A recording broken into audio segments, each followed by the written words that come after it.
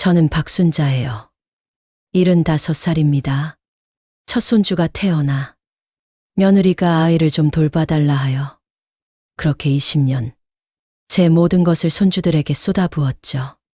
그런데 그 끝에 무엇이 기다리고 있었을까요? 오늘은 제 큰손주가 대학을 졸업하는 날입니다. 이 이야기를 시작하려 해요.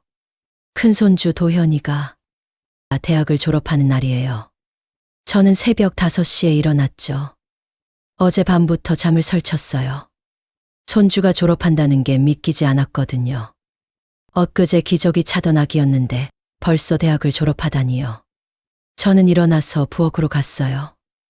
냉장고를 열어 재료를 꺼냈죠. 손주가 좋아하는 참치김밥을 만들려고요. 밥을 짓고 김을 펼치고 재료를 올렸어요. 손이 익숙하게 움직였죠. 20년 동안 수천 번은 만들었을 거예요. 김밥을 싸면서 생각했어요. 이 아이를 처음 안았을 때가요. 팔뚝만한 아기였어요. 눈도 제대로 못 뜨고 제 손가락을 꼭 쥐던 작은 손이 생각났죠. 그 손으로 이제 대학 졸업장을 받는구나 싶으니 눈물이 났어요. 김밥을 다 싸고 나니 7시였어요. 저는 손주 정장을 꺼냈어요. 지난달 제 돈으로 산 거예요. 60만 원짜리 정장이었죠. 제 한 달 용돈이 70만 원인데 거의 다 쓴 거예요. 하지만 후회 안 했어요. 손주가 멋있게 졸업하는 모습을 보고 싶었으니까요. 다림질을 시작했어요. 정장 바지부터 다렸죠. 주름 하나 없이 펴지도록 정성껏 다렸어요. 재킷도 다렸어요. 어깨선이 반듯하게 서도록요. 다림질을 마치고 옷을 옷걸이에 걸었어요. 손주방 문 앞에 걸어뒀죠. 손주가 일어나면 바로 입을 수 있게요. 저는 다시 부엌으로 가서 아침을 준비했어요. 미역국을 끓였어요. 졸업하는 날이니까 특별한 걸 해주고 싶었거든요. 밥도 새로 했고요. 반찬도 여러 가지 차렸어요. 계란말이, 김치, 나물, 조림까지요. 손주가 좋아하는 것들이었어요. 아침 8시 손주들이 일어났어요. 큰 손주 도현이와 작은 손주 서연이가 거실로 나왔죠. 도현이는 눈을 비비며 나왔어요. 아직 잠이 덜 깬 얼굴이었죠. 저는 웃으며 말했어요. 도현아, 오늘 졸업식인데 일찍 일어나야지. 씻고 밥 먹어. 네, 할머니 그럴게요.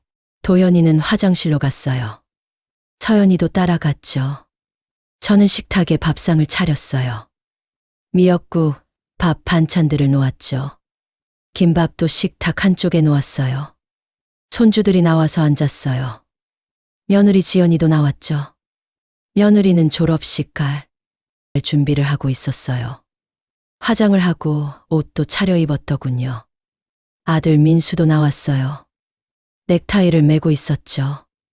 우리는 식탁에 둘러앉아 밥을 먹었어요. 도연이가 미역국을 한 숟가락 떠먹더니 말했어요. 할머니, 맛있어요. 그래? 많이 먹어.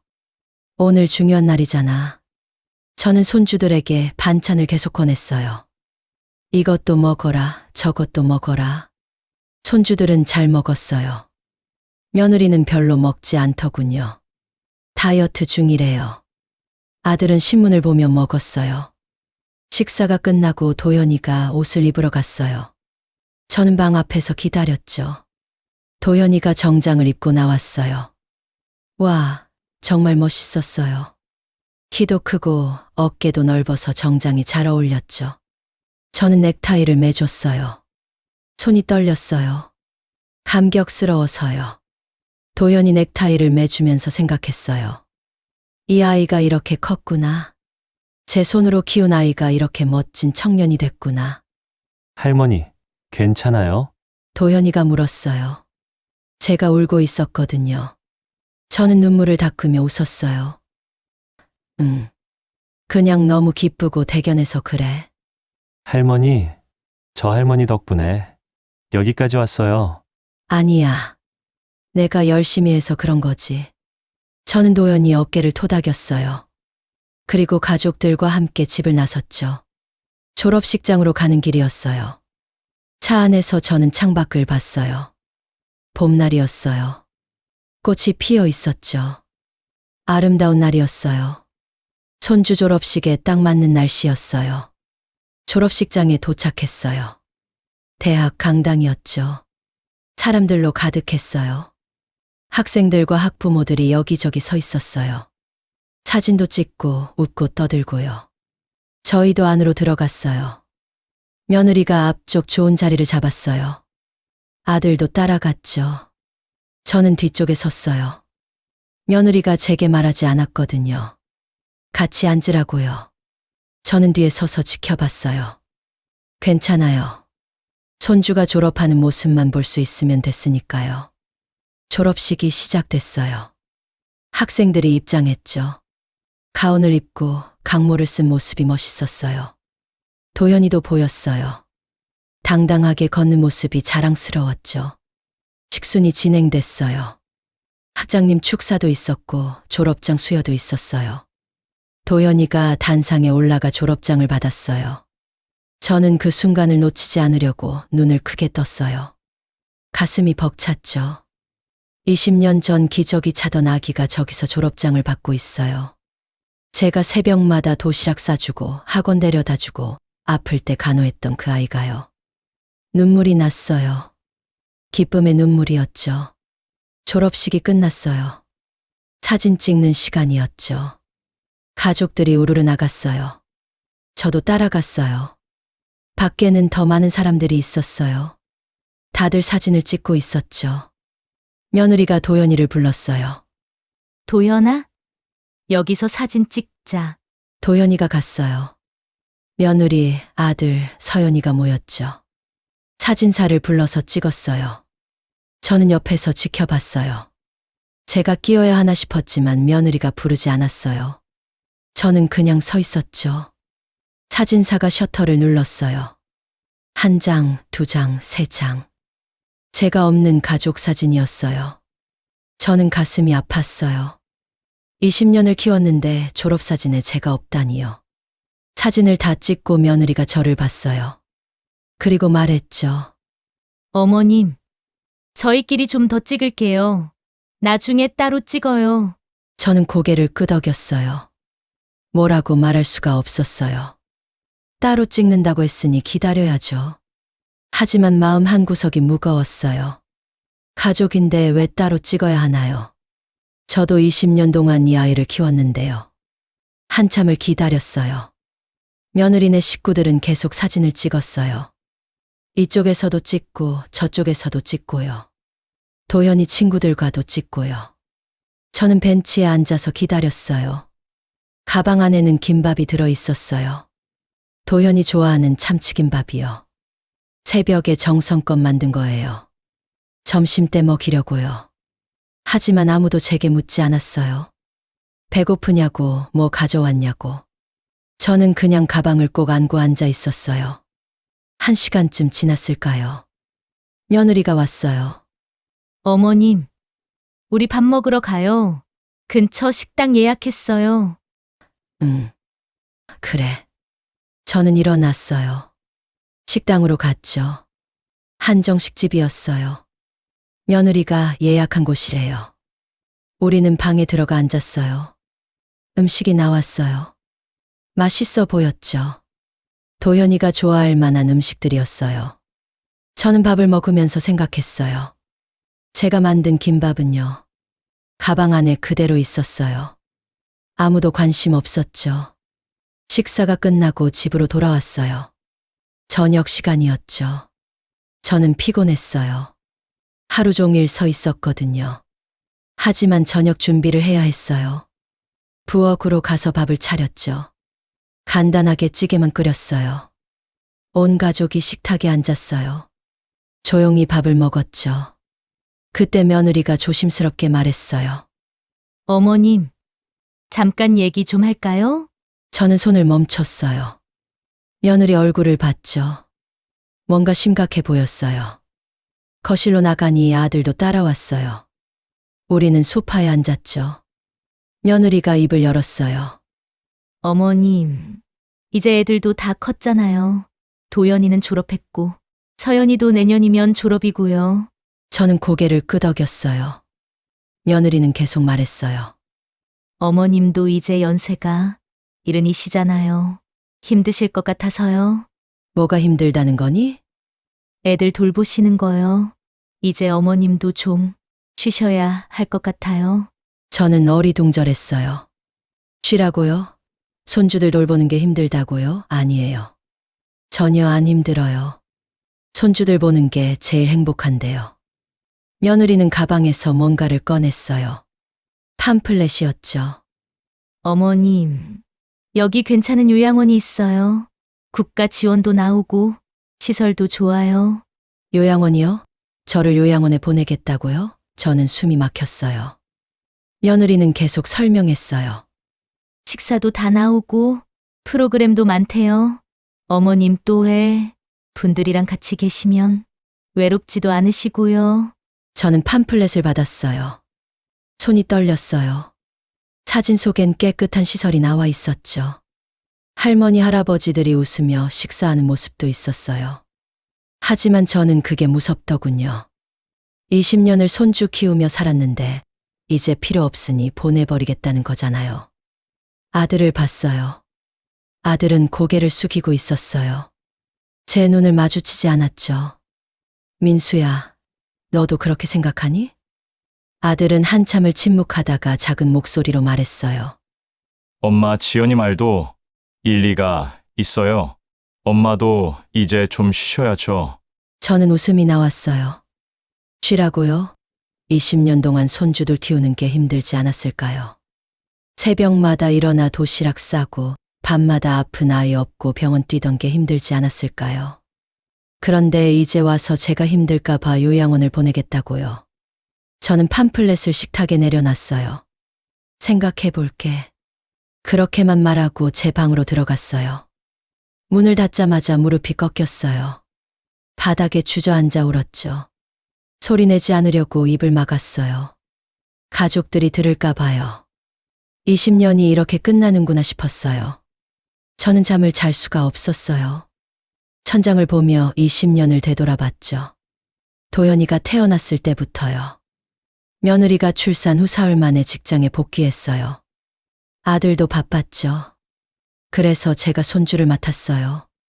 처음엔 며칠만 봐주려고 했어요. 그런데 며칠이 한 달이 되고 한 달이 1년이 됐어요. 어느새 20년이 흘렀죠. 기저귀 갈던 게 어제 같은데요. 손주가 밤마다 울어서 제가 안고 걸었어요. 허리가 아파도 참았죠. 손주가 울음을 그치면 다행이었어요. 분유값이 비싸서 제 용돈을 아꼈어요. 옷도 안 사 입었어요. 손주에게 다 쓰려고요. 손주 옷은 좋은 걸로 샀어요. 백화점 아기 옷이요. 비쌌지만 손주가 예뻐 보였어요. 돌 지나니 어린이집 보내야 했어요. 어린이집 비용을 며느리가 내겠다고 했지만 막상 내지 않았어요. 며느리는 어머님이 결정하세요라고 했어요.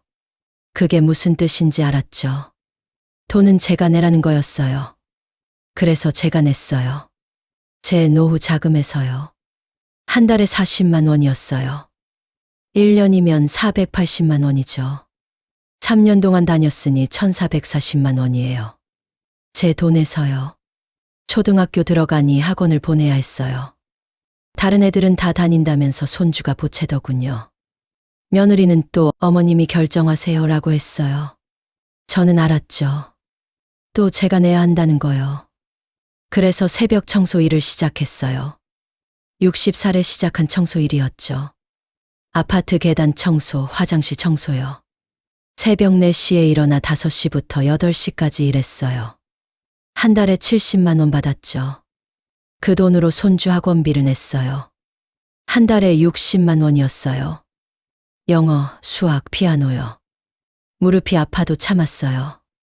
손주 학원비를 벌어야 했으니까요. 겨울에는 더 힘들었어요. 찬물로 계단을 닦으면 손이 얼었어요. 장갑을 껴도 물이 스며들었죠. 손이 트고 피가 났어요.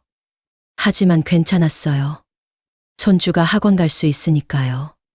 중학교 때는 과외를 시켰어요. 손주가 수학을 어려워했거든요. 과외비가 한 달에 50만 원이었어요. 제 청소일 월급으로는 모자랐죠. 그래서 남편이 남기신 보험금을 썼어요. 제 노후를 위해 아껴둔 돈이었는데 손주를 위해서라면 괜찮았어요. 손주가 시험에서 90점 맞았다고 뛰어오면 그게 다 보상이었으니까요. 고등학교 때는 더 힘들었어요. 대입 준비 때문에 학원을 3개나 다녔거든요. 국어, 영어, 수학교. 학원비가 한 달에 120만 원이었어요. 며느리는 요즘 애들 다 이렇게 다닌다고 했죠. 저는 제 적금을 깼어요. 노후 대비용 적금이었는데 손주가 더 중요했으니까요. 1년에 1,400만 원씩 3년이요. 총 4,300만 원이에요. 제 돈에서요. 그렇게 3년을 보냈어요. 도연이가 대학에 붙었을 때 정말 기뻤어요. 제 돈이 헛되지 않았구나 싶었죠. 하지만 대학 등록금이 문제였어요. 한 학기에 400만 원이었어요. 1년에 800만 원이죠. 며느리가 첫 학기는 내겠다고 했어요. 하지만 막상 등록날이 되니 돈이 없다고 하더군요. 급한 일이 생겼대요. 저는 또 적금을 깼어요. 마지막 남은 적금이었어요. 4년 동안 800만 원씩 냈어요. 총 3,200만 원이에요. 제가 평생 모은 돈이 다 손주한테 들어갔어요. 작은 손주 서연이도 마찬가지였어요. 이 아이도 도연이처럼 키웠죠. 어린이집비, 학원비, 과외비, 대학 준비비 다 제가 냈어요.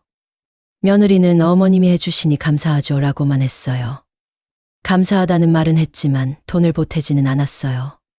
저는 그게 서운했지만 내색하지 않았어요. 손주만 잘 크면 됐으니까요. 저는 서랍을 열었어요. 낡은 가계부가 있었죠. 20년 동안 쓴 돈을 기록한 가계부였어요. 저는 그걸 꺼내 펼쳤어요. 첫 페이지에는 도연이 분유값이라고 적혀 있었어요. 한 달에 30만 원씩 돌까지요. 총 360만 원이에요. 그 다음 페이지에는 기저귀, 옷, 장난감이 적혀 있었어요. 페이지를 넘길수록 금액이 커졌어요. 어린이집비 1,440만 원, 학원비 6년 동안 4,320만 원, 과외비 3년 동안 1,800만 원, 대학 등록금 4년 동안 3,200만 원. 마지막 페이지를 보니 총액이 나왔어요. 8,300만 원이었어요. 저는 한참을 그 숫자를 바라봤어요. 8,300만 원이요. 제 노후 자금 전부였어요. 남편이 돌아가시고 받은 보험금 3천만 원, 제가 평생 모은 적금 4천만 원, 새벽 청소일로 번 돈 1,300만 원. 다 손주한테 썼어요. 후회는 안 했어요. 하지만 인정은 받고 싶었어요. 제가 20년 동안 뭘 했는지 그걸 알아줬으면 좋겠어요. 저는 종이를 꺼냈어요. 그리고 떨리는 손으로 제목을 썼죠. 손주 양육비 계산서라고요. 이런 걸 쓰는 제 자신이 한심했어요. 손주한테 돈을 받으려는 할머니라니요. 하지만 멈출 수가 없었어요. 저는 가계부를 보며 하나하나 적었어요. 분유값 360만 원, 기저귀값 150만 원, 어린이집비 1,440만 원, 초등학교 학원비 600만 원, 중학교 학원비와 과외비 1,200만 원, 고등학교 학원비 4,300만 원, 대학 등록금 3,200만 원. 작은 손주 서연이 것도 비슷했어요. 다 적고 나니 총액이 나왔어요. 8,300만 원이요. 도연이 5천만 원, 서연이 3,300만 원이요. 종이를 보니 눈물이 났어요. 20년이 이렇게 숫자로 정리되다니요. 근데 숫자로 표현할 수 없는 것도 많았어요. 밤새 아픈 아이 안고 걸었던 시간, 비 오는 날 우산 들고 학원 데려다 준 날들, 시험 전날 같이 공부해준 밤들, 아플 때 죽 끓여준 날들, 운동회 때 김밥 싸준 것들. 그건 돈으로 계산할 수 없었어요. 하지만 적어도 제가 공짜로 해준 게 아니라는 걸 보여주고 싶었어요. 다음 날 아침 저는 복지관에 갔어요. 상담사 최은지 선생님을 만나려고요. 은지 선생님은 젊지만 마음이 따뜻한 분이에요. 저는 양육비 계산서를 보여줬어요. 은지 선생님은 한참을 읽더니 고개를 들었어요. 할머니, 이게 다 사실이에요? 20년 동안 이렇게 많은 돈을 쓰셨어요? 네. 가계부에 다 적어뒀어요. 영수증도 있어요. 할머니, 법적으로 손주 양육비 청구할 수 있어요. 할머니가 부모 역할을 대신하셨으니까요. 민법에 의하면 부양? 의무자에게 청구할 수 있어요. 저는 고개를 저었어요. 법적으로요? 저는 그런 거 원하지 않았어요. 저는 돈이 중요한 게 아니에요. 그냥 제가 20년 동안 뭘 했는지 그걸 알아줬으면 좋겠어요. 당연한 게 아니었다는 거요. 은지 선생님은 제 손을 잡았어요. 따뜻한 손이었죠. 할머니, 저도 이해해요. 할머니는 인정받고 싶으신 거죠? 가족 회의를 해보세요. 이 계산서를 보여주고 할머니, 마음을 얘기하세요. 제가 같이 갈게요. 도와드릴게요. 저는 고개를 끄덕였어요. 그래요. 얘기는 해봐야겠죠. 20년을 이렇게 끝낼 수는 없으니까요. 은지 선생님은 제게 명함을 줬어요. 할머니, 제 연락처예요. 언제든 연락 주세요. 제가 도와드릴게요. 저는 명함을 받았어요. 고맙다고 말했죠. 진심이었어요. 집으로 돌아와서 가족들에게 말했어요. 오늘 저녁에 가족 회의를 하자고요. 며느리는 의아한 얼굴을 했지만 알겠다고 했어요. 아들도 고개를 끄덕였죠. 손주들도 모이기로 했어요. 저녁 6시 가족들이 다 모였어요. 저는 거실 한가운데 앉았어요. 손에는 양육비 계산서가 들려 있었죠. 은지 선생님도 왔어요. 옆에 앉아서 저를 지켜봐 줬어요. 그게 큰 힘이 됐어요. 오늘 할 얘기가 있어서 모이라고 했다. 제가 말했어요. 며느리는 팔짱을 끼고 앉았어요.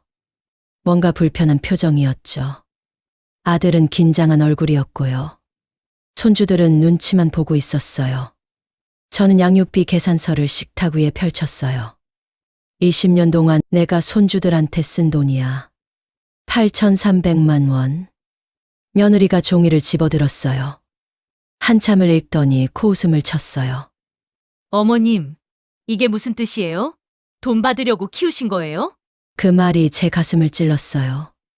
저는 천천히 말했어요. 아니, 돈이 중요한 게 아니야.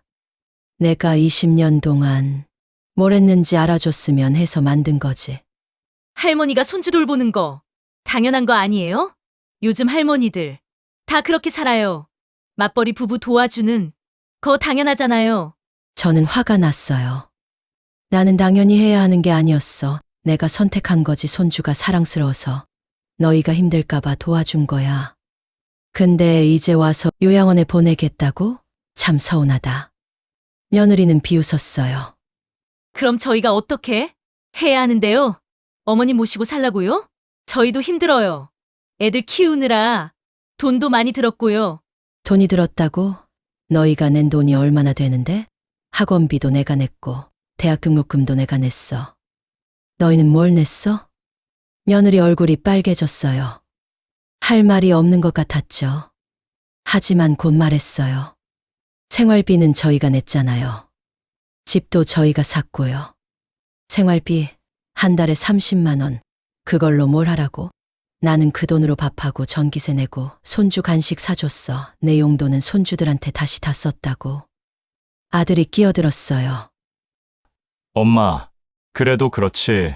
돈 계산하시면 어떡해요, 가족인데. 가족이라고? 그래, 우리 가족이지. 근데 가족이면 서로 고마워해야 하는 거 아니야? 나는 20년 동안 단 한 번도 고맙다는 말 못 들었어. 당연한 거라고만 했지. 거실이 조용해졌어요. 아무도 말이 없었어요. 며느리가 다시 입을 열었어요. 솔직히 말할까요? 어머님이 없었으면 애들 구하원 보낼 뻔했어요. 키워주셔서 감사하긴 한데 이제 끝났잖아요. 애들 다 컸고 이제 어머님 역할은 끝난 거예요. 그 말에 저는 무너졌어요. 역할이 끝났다고요. 저는 역할이었던 거예요. 가족이 아니라 그냥 필요할 때만 쓰는 도구였던 거죠. 저는 손주들을 봤어요. 도연아, 서연아. 너희는 할머니를 어떻게 생각하니? 손주들은 고개를 숙였어요. 대답을 못 하더군요. 도연이가 작은 목소리로 말했어요. 할머니 죄송해요. 뭐가 미안해.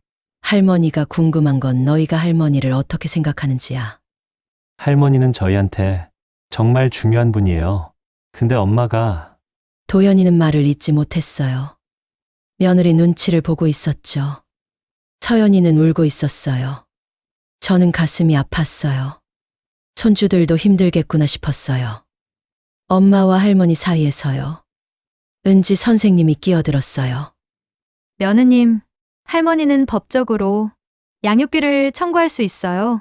20년 동안 부모 역할을 대신하셨으니까요. 민법 제974조에 의하면 부양 의무자에게 청구할 권리가 있습니다. 하지만 할머니는 그걸 원하시지 않아요. 다만 인정받고 싶으신 거예요? 며느리는 코웃음을 쳤어요. 인정요? 뭘 인정해요? 우리 돈 드렸어요. 생활비도 드리고 명절 용돈도 드렸잖아요. 그건 손주 키우는 비용에 비하면 아무것도 아니에요. 할머니는 8,300만 원을 쓰셨어요. 생활비 20년치가 얼마예요? 한 달에 30만 원씩 20년이면 7,200만 원이에요. 거의 비슷하죠. 하지만 할머니는 돈뿐만 아니라 시간도 쓰셨어요. 20년이라는 시간을요. 은지 선생님이 단호하게 말했어요. 며느리는 화가 난 얼굴로 일어났어요. 좋아요. 그럼 돈 드릴게요.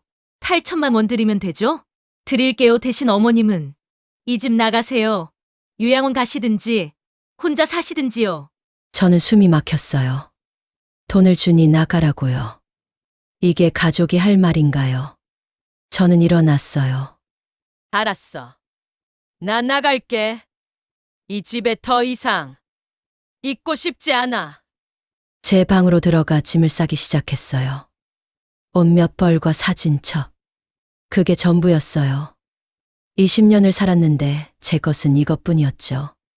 사진첩을 열어봤어요. 손주들 사진이 가득했어요. 돌잔치 사진, 입학식 사진, 수학여행 사진. 다 있었어요. 저는 이 사진들을 보며 살았어요. 힘들 때마다 사진을 보면 힘이 났거든요. 근데 이제는 이 사진들이 아파요. 가방을 들고 나오는데 서연이가 복도에 서 있었어요. 눈이 빨갛게 부어 있었죠. 할머니, 어디 가세요? 서연아, 할머니는 이제 여기 있으면 안 될 것 같아.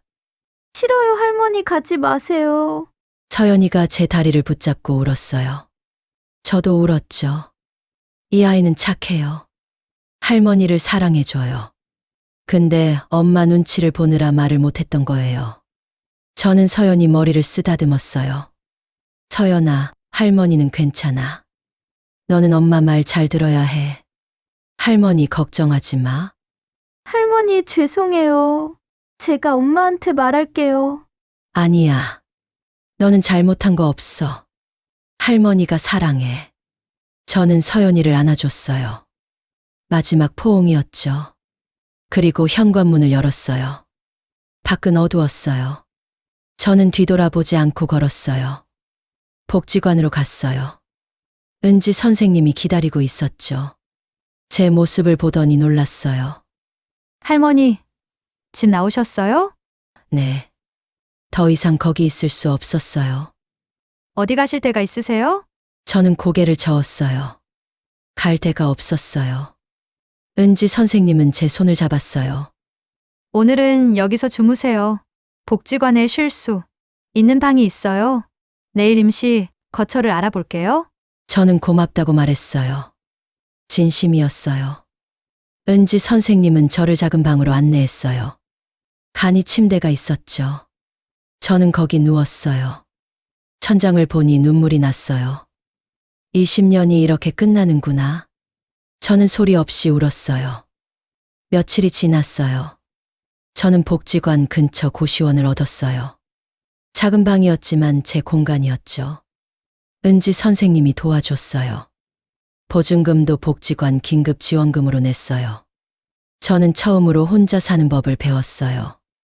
밥도 혼자 해 먹고 빨래도 혼자 했죠. 외로웠어요. 평생 누군가를 돌보며 살았는데 혼자 있으니 허전했어요. 어느 날 아들에게서 전화가 왔어요. 한참을 망설이다가 받았죠. 엄마, 나 민수야. 응. 엄마, 어디 계세요? 집에 들어오세요. 아니야. 나는 거기 갈 수 없어. 엄마, 지연이도 미안하대요. 너무 심하게 말한 거 후회한대요. 저는 웃음이 나왔어요. 후회요? 이제 와서 후회한다고요? 민수야, 나는 괜찮아. 너는 잘 살아라. 엄마, 제발요. 애들도 할머니 보고 싶어 해요. 애들 정말 그래? 네, 특히 서연이가 매일 울어요. 할머니 보고 싶다고. 제 가슴이 아팠어요. 서연이가 울고 있다니. 하지만 저는 돌아갈 수 없었어요. 애들한테 전해줘. 할머니는 잘 있다고. 보고 싶으면 여기로 오라고.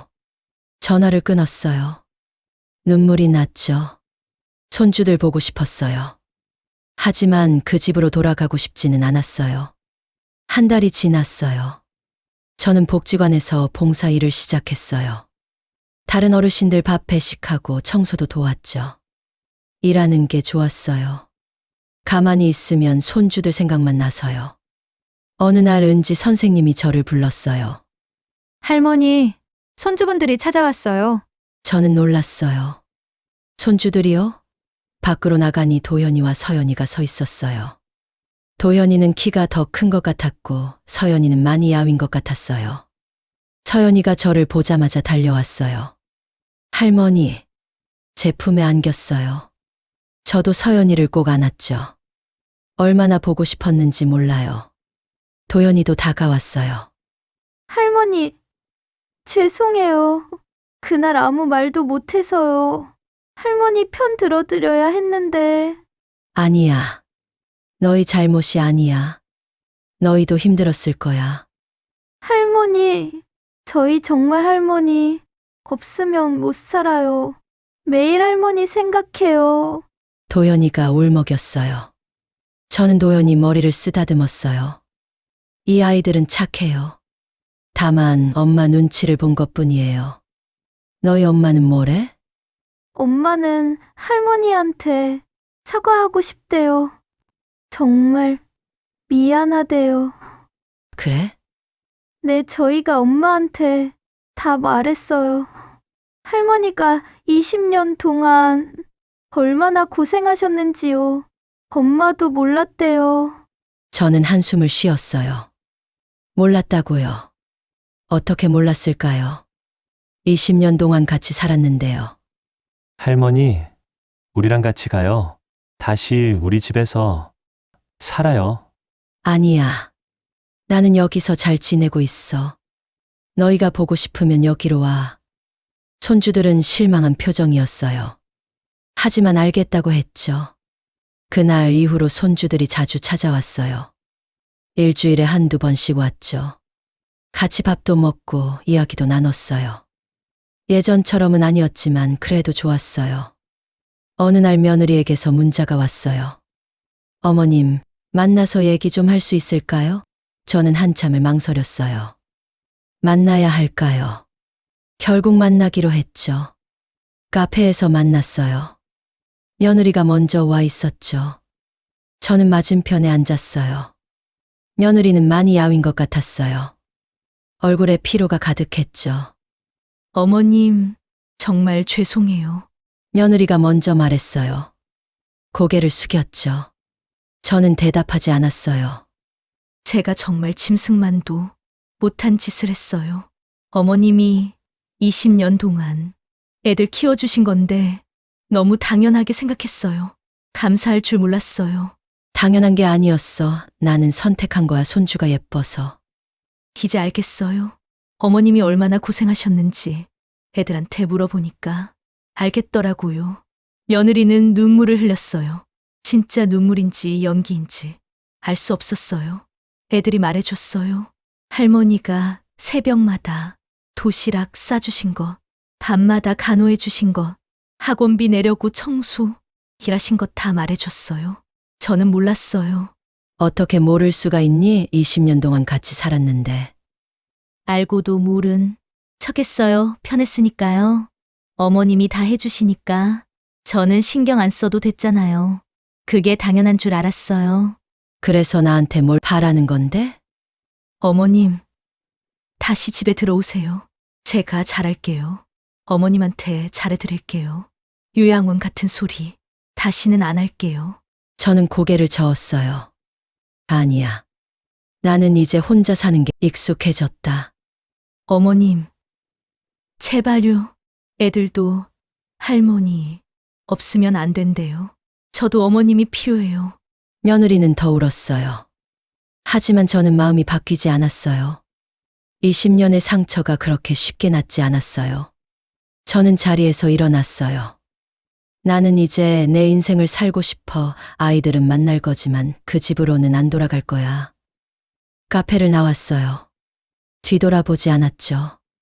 며칠 후 택배가 왔어요. 며느리가 보낸 거였죠. 열어보니 통장이 들어 있었어요. 편지도 있었고요. 편지를 읽었어요. 어머님, 정말 죄송합니다. 제가 짐승만도 못한 짓을 했습니다. 돌이킬 수 없다는 거 압니다. 하지만 최소한의 양심은 지키고 싶습니다. 통장에 8천만 원 입금했습니다. 어머님이 20년 동안 쓰신 돈입니다. 받아주세요. 그리고 정말 죄송합니다. 며느리 지연 올림. 저는 통장을 확인했어요. 정말 8천만 원이 입금돼 있었어요. 저는 한참을 통장을 보다가 며느리에게 전화했어요. 여보세요? 그래, 나다. 돈은 받았다, 고맙다. 어머님, 정말 죄송해요. 받아주셔서 감사해요. 그만하면 됐다. 나 그렇지만 그 집으로 돌아갈 일은 없을 거다. 아이들은 계속 만날 거다. 너도 원하면 가끔 보자. 네, 어머님. 정말 감사합니다. 전화를 끊었어요. 마음이 조금 가벼워졌어요. 저는 8천만 원으로 작은 원룸을 얻었어요. 복지관 근처였죠. 깨끗하고 따뜻한 집이었어요. 제 공간이었죠. 손주들이 자주 놀러 왔어요.